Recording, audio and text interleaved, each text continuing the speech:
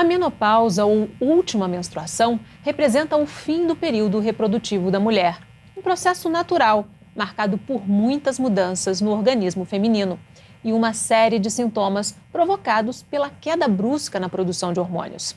Ondas de calor, alterações de humor, insônia, ressecamento na pele, atrofia vaginal, ganho de peso. São muitas as dificuldades, mas existem formas de diminuir esses incômodos. Menopausa. Esse é o tema em questão no programa de hoje. Nossa convidada é a ginecologista e mastologista Marilda Plácido, ela que também é professora da Faculdade de Medicina de Petrópolis. Muito bem-vinda, obrigada pela participação. Eu que agradeço o convite. Vamos começar explicando a diferença entre menopausa e climatério?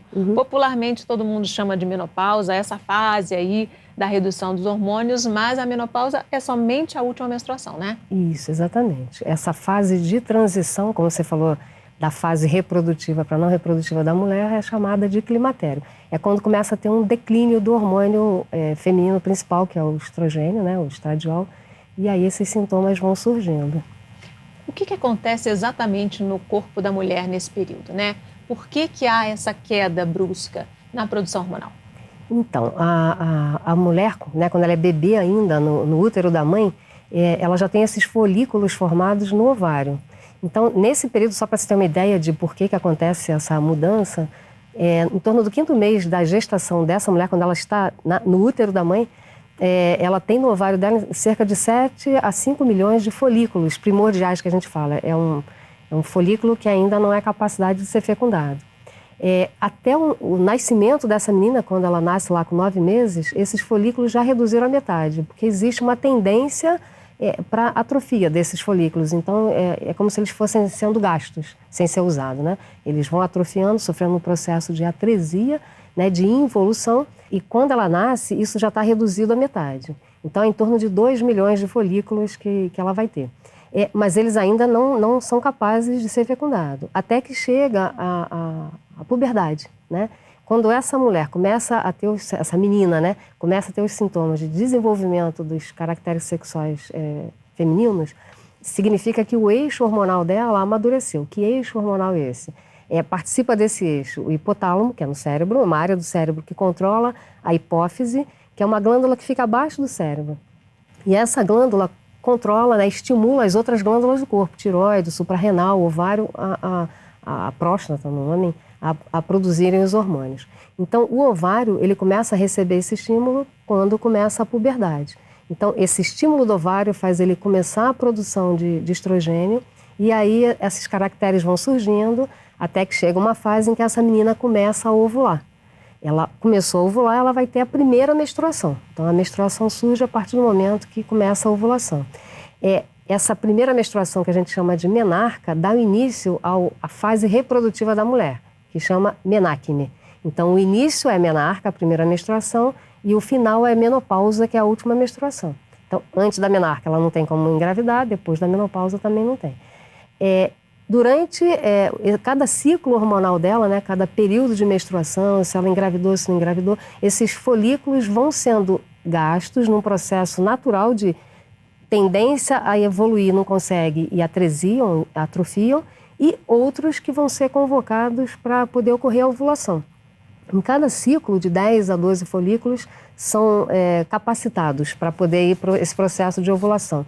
Em geral, em algumas vezes 2 ou mais, né, que aí seria uma gestação gemelar, se tornam prontos para ocorrer a ovulação. Os outros que não estavam preparados atresiam também, evoluem e atrofiam, e isso vai fazendo esse processo ser gasto. Se essa mulher engravidar ou não, né, esse processo vai acontecendo. Quando ela usa a pílula ela inibe que ocorre a ovulação, mas esse processo de tentativa de ovulação e atresia, ele continua acontecendo. A perda de folículos continua, não continua, há como continua. você retardar. Não. O que pode retardar um pouquinho é a gravidez, porque durante a gravidez esse processo ele dá uma parada, né? Tem alguma atresia de alguns folículos, mas não é uma coisa muito importante. Mas também não é muito garantido, né? E isso vai ao longo da vida da mulher, esses folículos vão sendo usados, gastos, atresiando, ovulando ou não, até que chega um momento em que eles acabam, eles têm limite. Quando acaba, ela vai ter a última menstruação e aí não menstrua mais. E é isso que acontece. Na verdade, são vários hormônios, mas o principal nessa história é o estrogênio, não é isso? É o estrogênio, é o estradiol, porque são 3 estrogênios. Tem o estradiol, a estrona e o estriol. Mas o que predomina no MENAC, nesse período reprodutivo da vida da mulher, é o estradiol e ele é o mais potente dos 3. E o estradiol, o nosso organismo, ele tem receptor, porque todas as substâncias, elas funcionam na célula se fixando num receptor, que é uma área da célula onde ele é capaz de se ligar e desencadear essa resposta da célula. O estradiol, ele tem receptor em várias células do corpo, então não é só no útero, tem na vagina, na vulva, na uretra, na bexiga, tem no coração, tem nos vasos, tem na mama, tem no cérebro, nos ossos, são vários locais, e aí quando esse estrogênio cai, todos esses locais vão sofrer alguma repercussão dessa baixa de hormônio. Praticamente o corpo todo, né? Praticamente, e a pele também, esqueci de falar, praticamente todo o corpo. E esse estradiol, na verdade, é o responsável pelas características femininas, digamos assim, né? Pelo crescimento do seio, né? Pelas formas femininas, né? Isso, e pela capacidade de reproduzir. Ele que é o responsável por isso tudo, não é ele sozinho, mas ele é o hormônio, vamos dizer assim, carro-chefe da história. Como saber que a menopausa está se aproximando?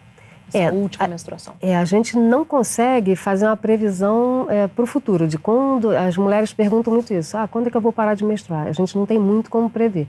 Mas tem alguns sinais e alterações em exame laboratorial que dá uma sugestão de que pode estar próximo. Mas esse próximo pode ser meses ou até mais de ano, né? Então, tem alguns sinais, né, que a mulher vai estar sentindo que indica para a gente que ela já está no climatério.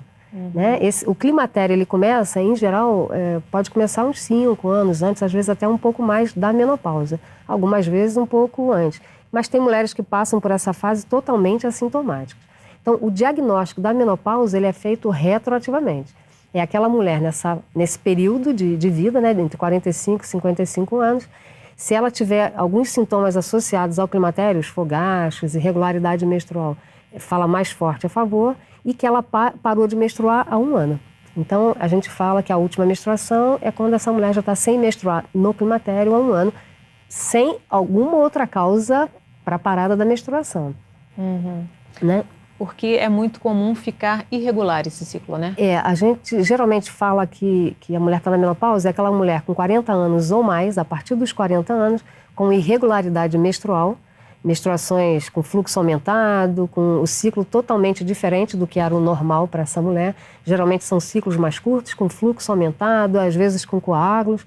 Pode passar a ter dismenorreia, que é a dor na menstruação, ou piora da dismenorreia. Pode ter piora da TPM, o aparecimento de TPM que às vezes ela não tinha. E se ela tiver esses fogachos, que são o fogacho característico, é um calor que dá na parte superior do corpo. A mulher, é muito comum a sensação que a mulher tem é de como se abrisse a porta do forno e vem aquele vapor de ar. É um calor que vem abruptamente, dá uma sensação às vezes de mal-estar, de ansiedade. Algumas mulheres referem palpitação, ou taquicardia. E isso dura alguns minutos, muitas vezes associado a uma vermelhidão da pele, do rosto, do colo, pode até ter dos braços.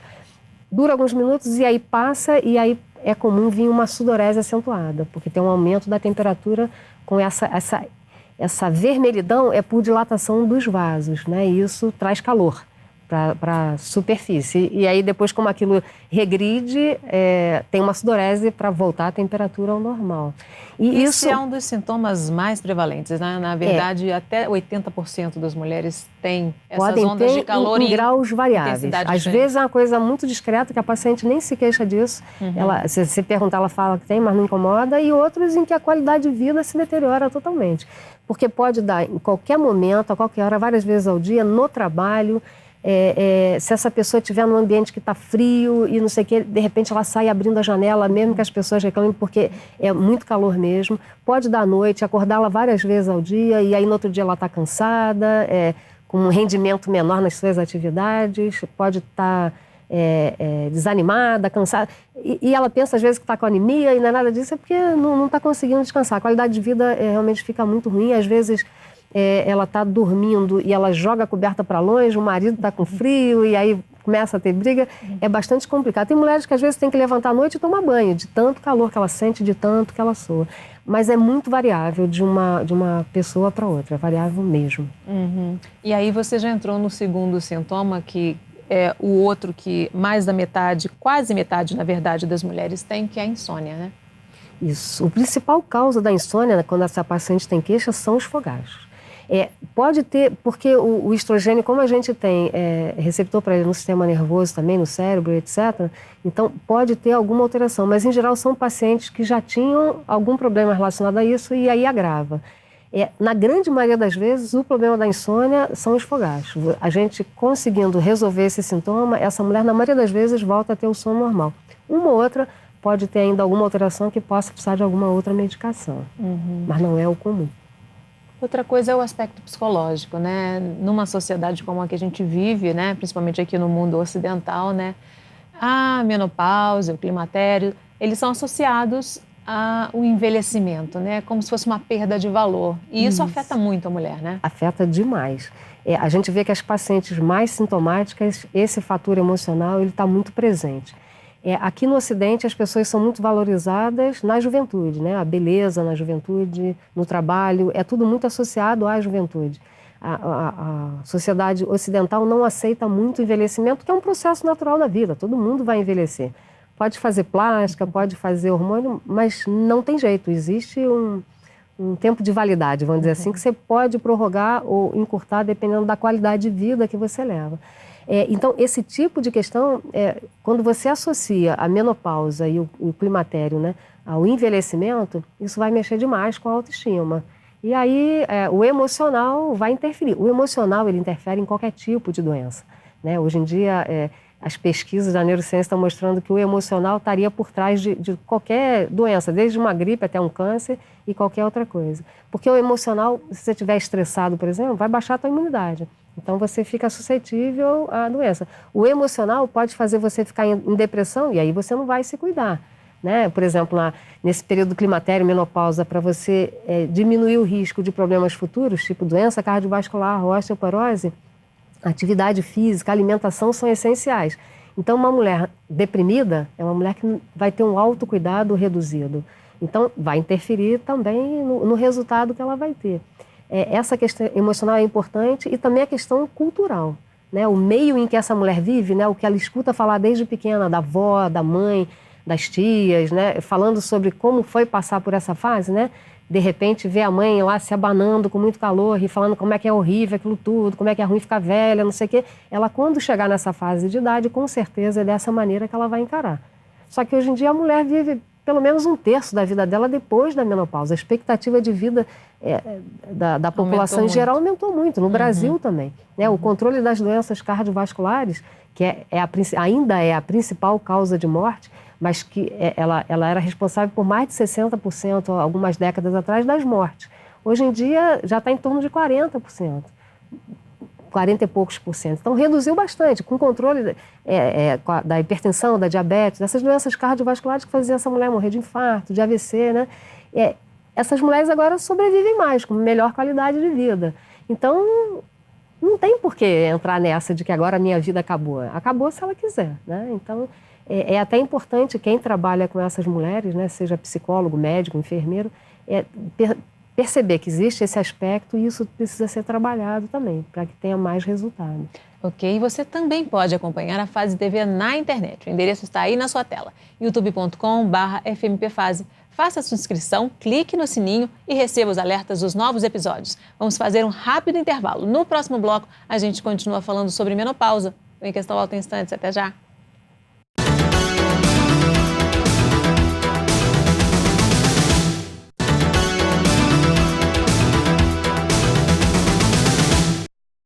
O Em Questão está de volta falando sobre menopausa. Nossa convidada é a ginecologista e mastologista Marilda Plácido, ela que também é professora da Faculdade de Medicina de Petrópolis. Marilda, também é comum que as mulheres na fase pós-menopausa apresentem problemas de memória? A gente vê isso com uma certa frequência. Mas assim, existem vários fatores aí também. a memória, para que ela ocorra, o cérebro precisa que você tenha atenção e foco no que você vai memorizar. Então, se você tiver outras preocupações, outros problemas em que você não está focando naquilo, o cérebro não tem essa capacidade de gravar. Além disso, você precisa do sono. O sono é importante para poder que aquela informação seja gravada mesmo. Então, até tem pesquisa mostrando que alunos que estudaram uma determinada coisa e foram tirar uma soneca antes da prova, no mesmo dia, comparado com outros que só estudaram e depois foram fazer a prova, esses que dormiram tiveram um rendimento maior, mostrando que o sono é importante para a fixação da memória. Essas mulheres, nesse período de perimenopausa, com esses sintomas, principalmente o fogacho, ela pode ter uma interferência muito grande no sono, isso já é uma questão. Essa falta de sono, de não conseguir dormir um sono que descansa mesmo, um sono reparador, faz com que o dia seguinte dela seja estafante, cansativo, e isso tudo vai afetar a memória, porque ela não consegue ter foco, ela está estafada mesmo, né? Na maioria das vezes, quando a gente corrige isso, corrige o sono dela, essa questão da memória tende a melhorar. Mas pode haver alteração sim, associado à menopausa. Não é um sintoma que seja muito frequente, nem muito importante, mas pode haver. E que com a reposição hormonal, na maioria das vezes, ele melhora. Uhum. E a osteoporose, né? A perda de massa óssea? Esse é um problema importante e o climatério, a menopausa, o decréscimo do estrogênio, ele não é o único fator que aumenta o risco. A prevenção da osteoporose começa na infância, lá com a criança, o adolescente, o adulto jovem, com a atividade física que eles fazem. É nesse período, até em torno de 30 anos, que o osso faz a reserva de cálcio dele para o resto da vida. O osso ele tem um metabolismo, um funcionamento constante que é tirar cálcio e renovar cálcio. Então ele está sempre eliminando e absorvendo cálcio. Até em torno de 30 anos ele consegue captar mais do que elimina. A partir dos 30 isso fica meio estável, a quantidade que sai é mais ou menos a mesma que entra. Depois dos 40 anos, isso é para homens e para mulheres, não só para mulheres. A partir dos 40 já começa, 35, 40 já vai tendo uma perda. E com o climatério, e principalmente depois da menopausa, se acentua. Os 2 primeiros anos depois da menopausa é quando se acentua mais. Aí, a partir daí, essa perda continua. Mas se essa mulher tiver uma boa reserva lá da infância e da vida dela de jovem, a possibilidade dela ter osteoporose cai bastante. Uhum. Então, a gente fica um pouco preocupado com esses crianças, adolescentes de hoje em dia, que é muito internet, celular, né, WhatsApp, não estão fazendo a reserva. Não. Isso aumenta o risco de obesidade, né, e de osteoporose, entre outros problemas, aí, numa idade até às vezes mais precoce. Então, mas se essa mulher não teve uma vida de atividade na infância, não tem problema. Você consegue melhorar a situação atualmente. Isso é uma recomendação para a mulher nesse período do climatério. Se ainda não começou, vamos começar uma atividade física regular. Que atividade física? O ideal é uma atividade física que tenha baixo impacto, não precisa ser de alto impacto. Por exemplo, Pilates. Pilates ajuda? Pouco, né? Precisa ter algum impacto. Então, caminhada, por exemplo, uma esteira, caminhada, bicicleta, coisas em que vai ter... A caminhada talvez seja o exercício melhor, porque é de graça, né? E ele é excelente, mexe com o corpo todo. Quem já faz deve manter. Né? Associado a isso, tem que ter alimentação. Então, é uma paciente que a alimentação já é ruim, com pouco cálcio. Né? Se a paciente tem algum problema de absorção do cálcio, isso tem que ser visto, corrigido.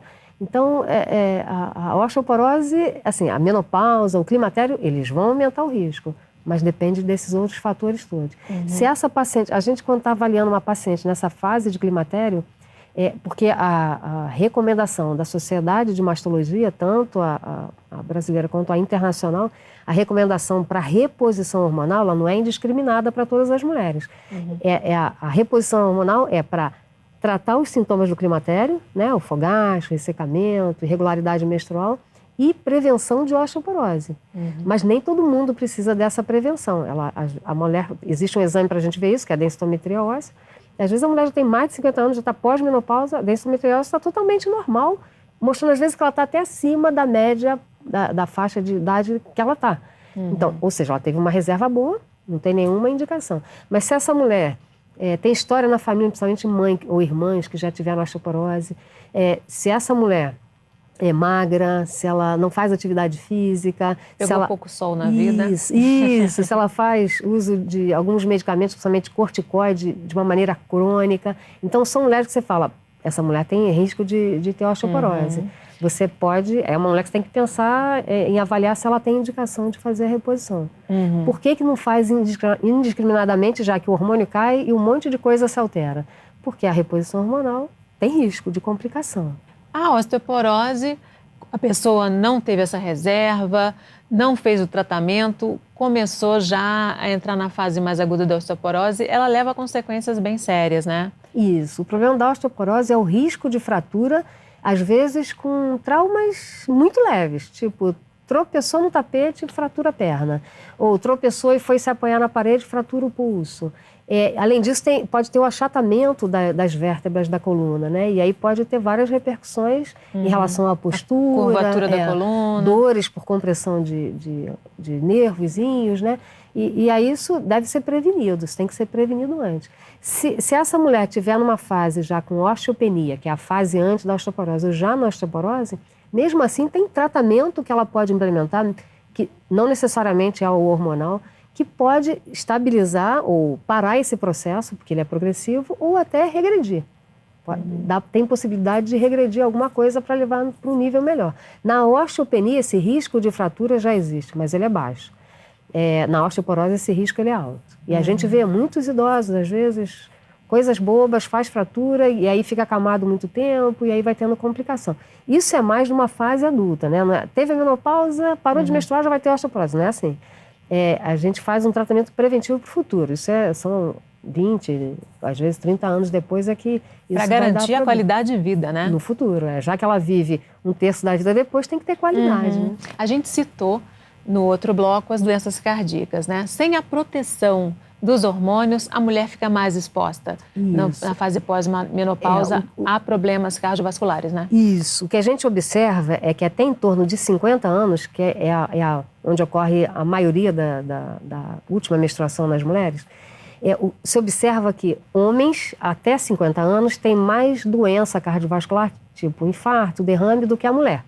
A partir dos 50 anos, meio que se equipara. Então, o que tem de diferente a partir dos 50 anos? Então, é quando tem a queda do estrogênio. Então, a partir dessa observação, há muito tempo atrás, se viu que o estrogênio ele dava uma certa proteção cardiovascular. Não quer dizer que nenhuma mulher até os 50 anos não vai ter nenhum problema cardiovascular, porque tem outros problemas. O problema hereditário, tem obesidade, estilo de vida, várias coisas são fator de risco para doença cardiovascular. Mas o estrogênio, o estradiol principalmente, ele é um protetor. E a queda dele diminui essa proteção que a mulher tem. Mas as mulheres não precisam ficar apavoradas. É só ter o controle de todos os outros fatores que esse risco diminui bastante. Ganho de peso, o metabolismo desacelera um pouco, aí em torno de 30%, não é isso? Isso. Essa desaceleração a gente já observa a partir dos 30, 40 anos. Então, a partir daí já existe não é só a mulher de novo, um homem também. Existe a partir daí várias alterações no organismo.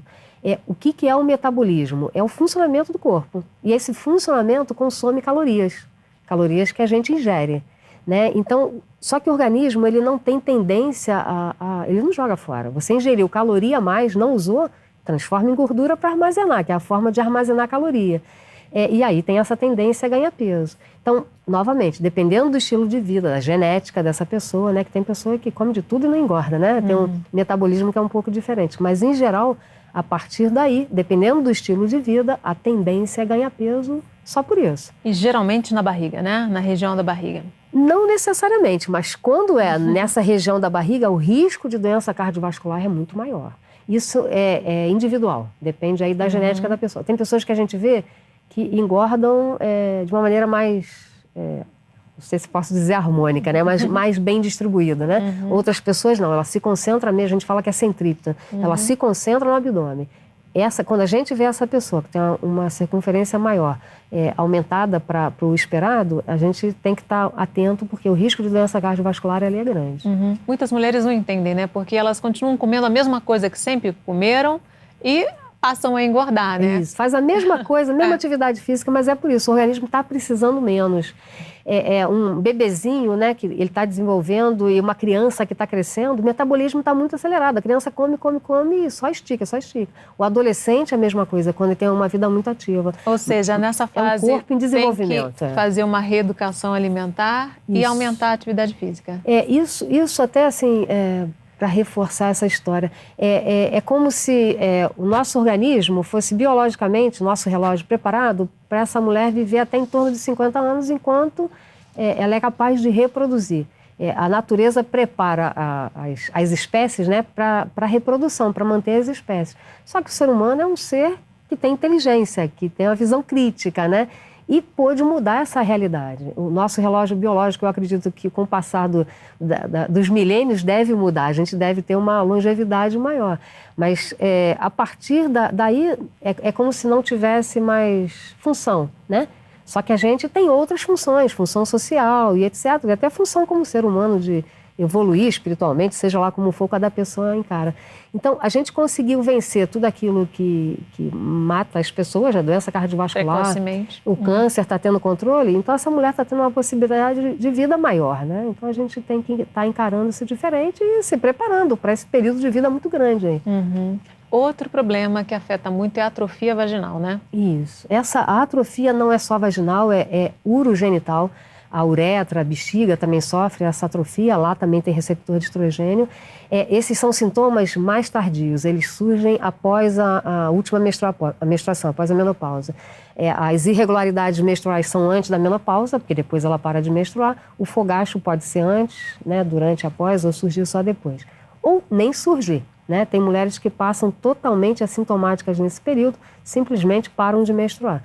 Mas o ressecamento vaginal, com o tempo, ele vai surgindo em maior ou menor grau em cada mulher. Depende de vários fatores, né? Tem pacientes que têm uma produção dos outros estrogênios, a estrona principalmente, depois da menopausa. O estradiol cai, mas a estrona deve produzir uma quantidade um pouquinho maior. Então, essa atrofia pode não ser tão importante. Pessoas mais magras têm mais tendência a ter, mas tem a ver também com a atividade sexual. O estímulo, né, dessa região com a atividade sexual melhora a vascularização, isso melhora também o trofismo, né, que é o tegumento ali, né, o revestimento, ele está melhor, mais vascularizado, com mais lubrificação. Mas no aparelho urinário, essa paciente tem tendência à ardência miccional, infecção urinária de repetição. Existe uma tendência para prolapso, queda dos órgãos, bexiga, útero, o reto pela vagina. Não são todas as mulheres, né? Depende aí também de fatores genéticos do corpo. O que antigamente se chamava de queda de períneo, é isso? Aí pode ser queda só de parede vaginal, pode ser queda do útero, bexiga, e isso aí pode ter várias repercussões, mas uma parte das mulheres tem isso, uma parte não tem nenhum problema em relação a isso. Isso costuma levar, mais tarde, a uma dificuldade de controle urinário, né? A mulher, a tendência é de ter incontinência urinária com esforço, que a gente fala. Foi pegar um peso, perde urina, foi tossir, perde urina. E aí, isso aí tem que ter... Muitas vezes, quando uma queda não muito acentuada, às vezes o uso do hormônio vaginal, né, a reposição aí local, muitas vezes melhora isso. Existe também fisioterapia para fazer exercícios para essa área que melhora, e em alguns casos precisa ir para cirurgia. E para o ressecamento também existem tratamentos? O hormônio que você já falou? Isso, a gente pode usar o hormônio tópico que a gente fala, que é através de creme vaginal, que ajuda também a melhorar a parte da uretra, da bexiga, ou pode ter, são cremes hidratantes vaginais, para aquelas mulheres que têm contraindicação ao uso de hormônio mesmo que seja tópico, que também não tem um resultado tão bom, mas tem um resultado que é bastante satisfatório para as mulheres. Ok, se você perdeu um pedacinho do programa, quer rever ou compartilhar o episódio, passa lá no youtube.com/fmpfase. Você também pode sugerir algum assunto para ser debatido aqui no Em Questão. Vamos fazer mais um rápido intervalo. No próximo bloco a gente continua falando sobre menopausa. Até já!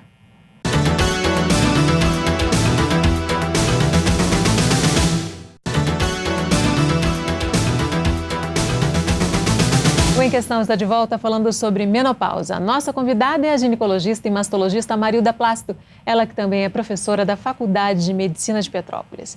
Marilda, e quando a menopausa chega antes da hora, antes dos 40 anos?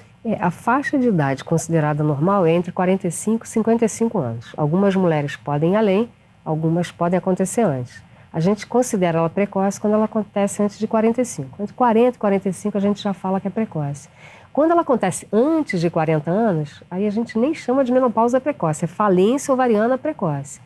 E aí se dá uma ênfase diferente, principalmente em relação à reposição, porque é uma mulher muito jovem e aí ela fica exposta a ter várias complicações que vão ter repercussão na saúde dela, como doença cardiovascular, osteoporose, o risco para ela fica muito aumentado.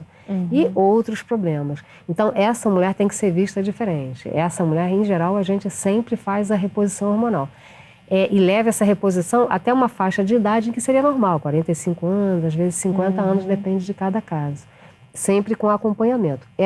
A situação em que a reposição ela é considerada para todas as mulheres e por um tempo maior. Né? Então, ela quando é precoce, a gente sempre olha com um pouco mais de cuidado. Mas quando é entre 40 e 45 anos, essa reposição a gente vai olhar caso a caso, já não vai ser disseminada. O que leva a essa falência precoce dos ovários? Existem vários fatores de risco. Existem fatores genéticos, né, que alteram o folículo e aí ele pode ser que ele não responda ao estímulo dos hormônios da hipófise, pode ser que ele atresie mais rapidamente. Tem N doenças que podem estar causando isso. E existem outras alterações. Por exemplo, uma paciente que faz uma quimioterapia para tratar um câncer. Esse ovário ele vai sofrer esse processo. Quando é pela quimioterapia, ele pode até reverter espontaneamente depois ou não. Isso também é muito variável. Uma paciente que faz uma radioterapia nessa região da pelve, por exemplo, para câncer de colo do útero, ela pode entrar em menopausa precoce. Então, tem vários fatores aí que podem estar interferindo mesmo. Algumas doenças podem interferir por ação direta. Infecções que possam causar inflamação no ovário, né? Cachumba, por exemplo. É uma doença que pode afetar o ovário. E tem outras, tuberculose, tem várias doenças. Isso tudo pode afetar essa reserva de folículo que o ovário tem. Então pode ser ou porque os folículos acabaram antes, ou pode ser porque eles não respondem adequadamente ao estímulo. E aí, de várias maneiras. Vamos falar então da reposição. Então vamos lá. Né? Em que casos é indicada a reposição? Então, a recomendação científica, né, vamos dizer assim, cientificamente aceita, é tratamento dos sintomas do climatério e prevenção de osteoporose. Né? Então, toda mulher precisa de prevenção de osteoporose? Não, a gente já falou antes. Então, isso tem que ser avaliado caso a caso. O grande objetivo é melhorar a qualidade de vida dessa mulher. Algumas vezes você consegue melhorar a qualidade de vida só com mudança de hábitos, né? Seja atividade física, alimentação, encaminhamento para algumas terapias que vão melhorar a autoestima, terapia corporal, você consegue melhorar essa qualidade de vida e sem precisar de reposição. Quando a gente quando a gente atende uma paciente nesse período, a primeira coisa que a gente avalia é ela tem indicação ou não de fazer reposição hormonal. Ela tem indicação. E a partir daí, ela tem contraindicação ou não, né? Se ela tiver contraindicação, aí não vai ser feita a reposição hormonal. E quais são as contraindicações? Então, risco de câncer, que é hormônio dependente, aí é principalmente mama e útero. Se tiver casos na família? Isso. Ou se essa paciente já teve caso, é uma paciente que já pode ter tido câncer de mama, já tratou, né? O câncer de mama, a faixa de idade geralmente a partir de 40, 50 anos, mas algumas vezes acontece em paciente mais jovem, 20, 30 e poucos anos. História de alteração na mama, às vezes essa paciente... Displasia?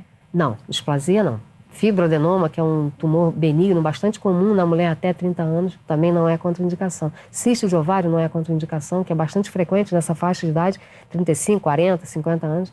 Mas se essa mulher teve alguma lesão de mama e que era uma lesão que tinha hiperplasia, principalmente se tinha atipia ou não, essa mulher é contraindicado, porque se ela já teve isso na mama, ela pode ter de novo, e isso é um fator de risco para ter câncer de mama, independente da reposição hormonal. Se essa mulher já teve câncer de útero, né, essa mulher ela tem contraindicação.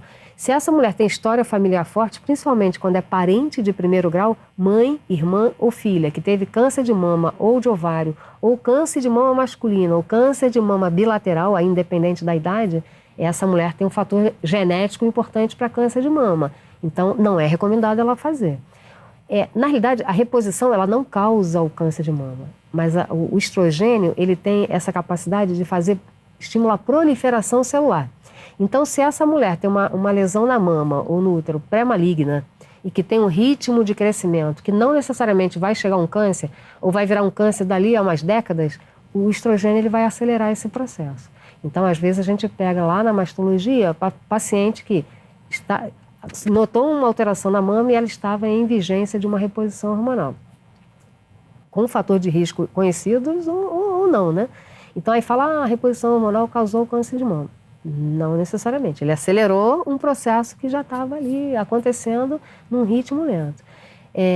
Então, essa mulher, se ela tivesse histórico, né, para risco de câncer de mama ou de útero, ela já tem contraindicação. Aí a gente vai ter que usar outras terapias para melhorar os sintomas se ela tiver necessidade. Se essa mulher tem fator de risco importante para trombose, para tromboembolismo, porque o principal efeito colateral do hormônio é a trombose, tanto na reposição hormonal quanto na pílula anticoncepcional. E é o estrógeno que a gente utiliza aí. Então, se ela tem fator importante dela própria, já teve trombose, tem varizes, paciente que é obesa, ou paciente... Problema circulatório. Isso, paciente que é hipertensa, diabética, paciente que tem história familiar importante para infarto, AVC... essa paciente a gente tem que olhar com muito cuidado porque tem risco dela ter um quadro tromboembólico durante a reposição. E aí você tem que avaliar o que é mais maléfico para ela. Uma trombose, que é uma coisa grave, dependendo de onde for a trombose, no cérebro, por exemplo, pode até ir a óbito, né? Pode morrer rápido. Ou pode ficar com uma sequela ficar com uma sequela importante. Se for um infarto, a mesma coisa, né? E essa trombose pode ser em qualquer parte do corpo. Pode ser nas pernas, na vista, pode ser no intestino, pode ter um tromboembolismo pulmonar, que também é um quadro grave que pode levar a óbito. A gente tem que fazer toda essa avaliação. Então, primeiro avaliar se ela tem indicação, se tem necessidade. A indicação é porque ela tem risco de fazer uma osteoporose no futuro. Será que se eu mudar os hábitos de vida, eu já não vou estar dando esse tratamento que ela precisa? Hábito de vida e existem outros tratamentos. A gente pode fazer... uso de bifosfonados, que são substâncias que aumentam a absorção de cálcio pelo organismo. E aí a gente tem um aporte maior para o osso captar. Você pode fazer, de repente essa mulher não ingere, não tem alimentação rica em cálcio, você pode fazer um suplemento, a vitamina D está baixa, a vitamina D é importante para captar o cálcio, então vamos repor, vamos se expor ao sol um pouquinho.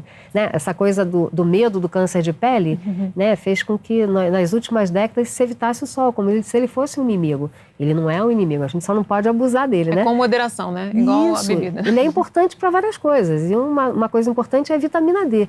A vitamina D é tão importante, está tendo um conhecimento maior dela hoje em dia, que ela já nem está sendo chamada de vitamina, ela já está sendo chamada de um hormônio, né? Porque ela participa em várias funções que a gente foi descobrindo com a reposição da vitamina D, foi descobrindo um monte de coisas que melhorava, e então está se estudando, né, qual é essa abrangência da ação dela. Mas se sabe que ela tem uma ação muito maior do que se sabia até então. Mas, às vezes, a vitamina está baixa só porque a pessoa não está se expondo ao sol, que precisa do sol para ativar ela. Né? Então, são várias coisas que se vê. Não necessariamente tem que fazer reposição. E eu estou falando isso porque eu sei que tem mulheres que têm medo da reposição. Então, não é obrigatório fazer, né? Você pode fazer outras coisas alternativas. Mas pode se preparar para essa fase, né? Vamos falar um pouquinho sobre a questão, então, da reposição. A mulher que não tem contraindicação e que deseja fazer e tem indicação, hoje já tem uma série de tipos diferentes de reposição, né? Isso. Tem implante, tem injeção, tem gel, tem PET. Comprimido, tem muita Como coisa. é que é definido o melhor método? Primeiro há uma checagem das taxas hormonais, como é que é isso? Não, o diagnóstico do climatério e da menopausa, ele é eminentemente clínico, né? A gente pode ter dúvida na mulher que às vezes está tendo precocemente. Ou se ela tiver outros sintomas que possam sugerir outras doenças. Então, assim, se essa mulher tem todos os sintomas do climatério, irregularidade menstrual, se tiver os fogachos, então, aí fica mais evidente, nessa faixa de idade, em torno de 50 anos, 45 a 50 anos, não tem necessidade de fazer dosagem hormonal. A gente pede essa dosagem hormonal quando a gente pensa que, será que essa mulher tem um problema de tiroide, né? Será que é alguma outra coisa que... Então, a gente, às vezes, pede uns exames para ver a taxa hormonal nesse sentido. E aí, se essa mulher... ela tem a indicação, ela não tem medo de usar hormônio, né? Não tem nenhum receio. E não tem contraindicação Não também. tem contraindicação, né? Não, pode usar. Para ela, o melhor o ideal é usar o estradiol, que é o nosso hormônio que já está sendo sintetizado, né? Existe o estradiol e outros tipos de estrogênios, de estrógeno, vamos dizer assim, que é o sintético. Então, é usar o estradiol na menor dose possível. Então, a gente começa com a menor dose e se a mulher ficar bem... Beleza, se ela não ficar bem, a gente aumenta a dose e aí, se não ficar bem, é difícil não ficar bem a partir daí. Então, a gente vai aumentando a dose de acordo com a resposta dela, sempre tentando usar a menor dose para diminuir o risco de efeito colateral. Então, o que está caindo e que está diminuindo ou já diminuiu é o estradiol e é ele que tem que ser reposto. O estradiol, ele atua também no útero. Se eu usar só o estradiol puro e essa mulher tem útero, que às vezes a mulher fez uma esterectomia por causa de mioma, por N motivos. Se ela não tem útero, beleza, eu posso usar o estradiol e só.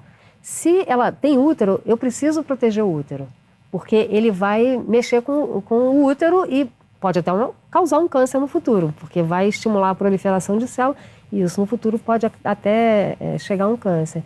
Então, eu preciso proteger. Aí essa mulher tem que usar o estradiol e uma progesterona associada. Essa reposição pode ser feita igual a pílula, se essa mulher, eu quero continuar menstruando, porque menstruando às vezes ela se sente como se estivesse mais jovem. Ela vai fazer essa reposição como se fosse uma pílula. Usa e dá um intervalo, nesse intervalo a menstruação vai vir. Se essa mulher não quiser mais menstruar, vai ser de uso contínuo. A recomendação é ser feita no máximo durante 5 anos, a não ser naquela mulher que teve falência ovariana precoce. Por que 5 anos? Porque a partir daí as pesquisas aumentam o risco de complicações. Câncer de mama, câncer de intestino e vai por aí afora outros problemas.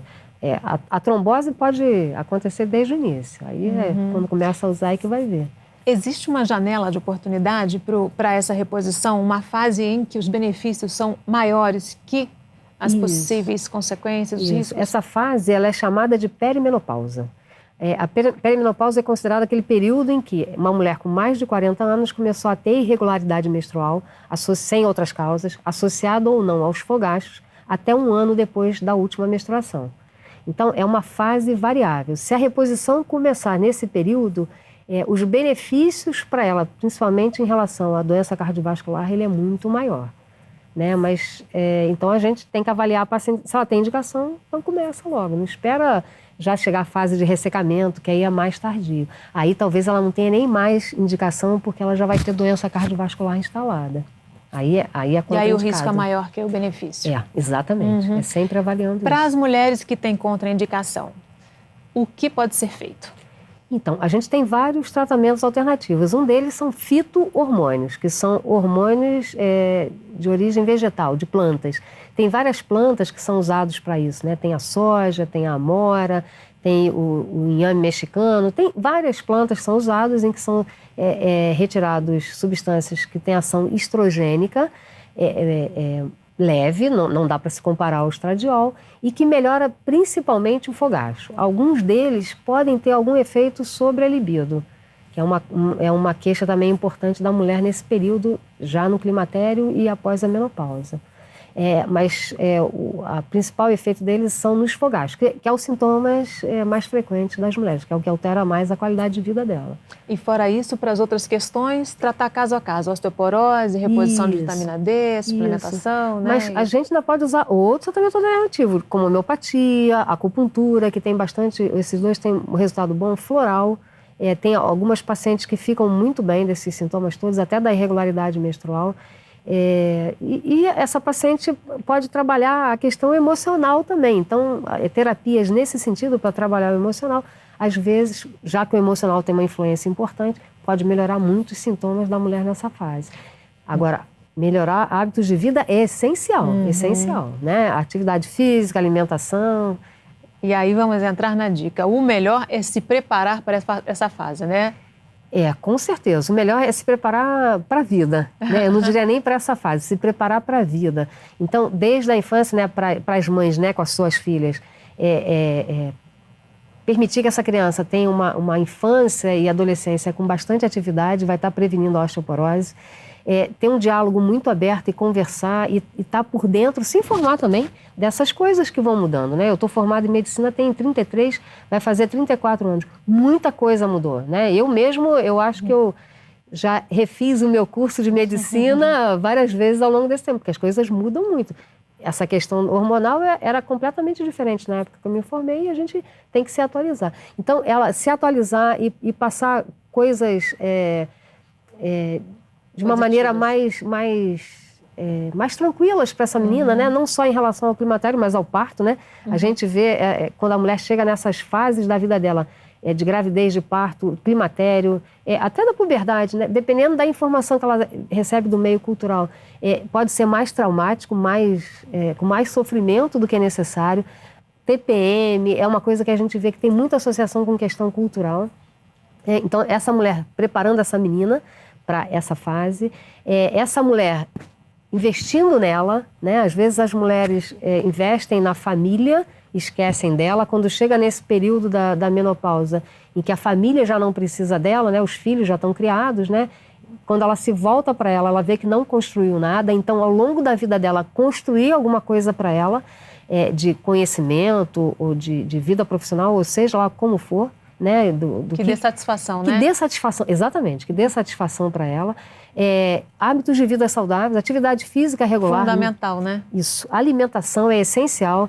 A atividade física, inclusive, melhora até o humor também, né? Com certeza. A atividade física regular libera endorfina, que é um antidepressivo natural que vai liberar o humor. E a gente só consegue perceber isso depois de uns 2, 3 meses de atividade física regular. A mulher às vezes faz uma semana e fala, não senti nada. Não, tem que insistir, tem que vencer a sinércia. Depois, dali a 2, 3, até o peso. Estou fazendo atividade física para perder peso. Já estou 2 meses e não perdi nada. É porque ela está perdendo gordura e aumentando massa muscular, que vão se equiparando. Depois do 2º mês, 3º em diante, é que isso vai surgir. Então, tem que ter persistência. Hábito de vida saudável. Quando você abre o site do INCA, ele dá várias recomendações para prevenção de câncer, né? Um fator de risco para câncer é a idade. Quanto maior a idade, maior o risco de ter vários tipos de câncer, mama incluído, né? Uma das recomendações que eles dão atividade física regular, alimentação saudável, tem que ser rica em fibra, fruta, verdura, o cálcio ele não fala, mas aí a gente fala por causa da osteoporose. Tem que diminuir gordura, principalmente de origem animal, não abusar de carne vermelha. Então, assim, não é que está proibido as coisas. Tem que ser hábito de vida saudável. Aí ele inclui outros, né? Evitar cigarro, a menina jovem lá fazer vacina para HPV, controle de peso, né? Que a gente tem tendência a aumentar peso depois dos 40 anos. Então, controle de peso com atividade física e hábito saudável. Investir no emocional, né? Atividade física, ela ajuda. Investir em si mesmo, em alguma coisa que dê prazer, vai estar ajudando. Então, tem muita coisa que pode fazer. E está sempre consultando o ginecologista, né? Não só para prevenir o câncer ginecológico, mas também para ele estar orientando. Apareceu os sintomas, né? O que a gente vê com mais frequência é irregularidade menstrual, que pode trazer alguns transtornos de menorreia, TPM. Isso tudo tem controle, então aí a consulta com o ginecologista, ele é um verdadeiro amigo, né, da mulher, né? Ela fazendo essa consulta, ela vai ser orientada, se for necessário medicamento vai ser feito. E vai apresentar essas alternativas todas aí. Se for preciso algum tipo de reposição só para regular a menstruação, já pode ser feito.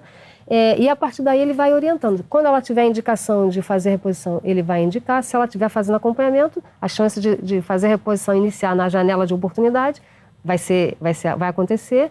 E se ela tiver mais as queixas mais tardias, anos depois da menopausa, que é o ressecamento, a queda dos órgãos genitais, ele também vai poder estar colaborando com ela, corrigindo. Tem tratamento para tudo? Tem tratamento, tem como melhorar a qualidade, né, de vida, mas é importante a mulher entender que o envelhecimento faz parte da nossa fisiologia, é importante encarar isso com naturalidade, mas é claro, sabendo que pode ser feito muito investimento para que esse envelhecimento seja saudável e com muito mais qualidade e mais prolongado. A menopausa não precisa ser aquele bicho-papão. Não, ela não é um bicho-papão, tá? Ok, infelizmente nosso tempo terminou. Agradeço muitíssimo sua participação, Marilda. Eu que agradeço. E a gente tem um encontro marcado no próximo Questão. Espero você. Até lá.